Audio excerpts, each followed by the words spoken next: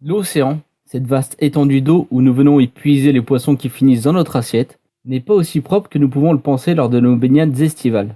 Il a été infecté par l'homme à cause de l'énorme quantité de déchets qu'il produit chaque année.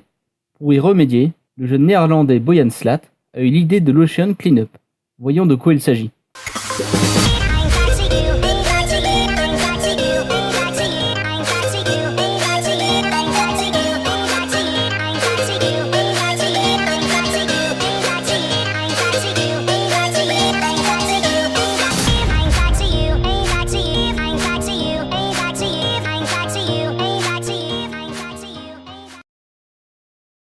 L'Ocean Cleanup est né de l'imagination du jeune Boyan Slat, alors âgé de 17 ans. Il a pour objectif de débarrasser l'océan de ses déchets plastiques, et notamment les gyres, des courants océaniques circulaires où s'accumulent les déchets. À quoi ressemble-t-il? Il s'agit d'une barrière arrimée au fond marin. Cette dernière est constituée de bouées et d'un filet immergé d'1,50 m.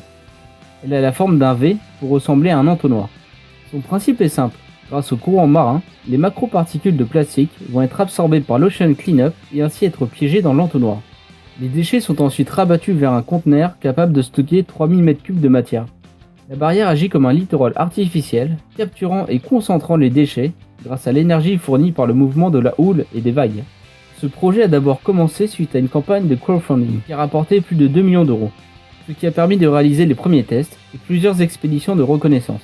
Puis un prototype a été récemment subventionné par le gouvernement du Pays-Bas et l'entreprise maritime Boskalis. Il a été installé le 23 juin dernier dans la mer du Nord, à 23 km des côtes néerlandaises, pour y être testé pendant une durée d'1 an. Pourquoi donc cette zone? Eh bien, en raison de la puissance des courants liés à la marée. Une petite tempête ici correspond à une tempête d'une centaine d'années dans l'océan. Autant dire que la barrière sera mise à rude épreuve. Mais bon, il s'agit quand même de la barrière la plus résistante au monde, selon son créateur.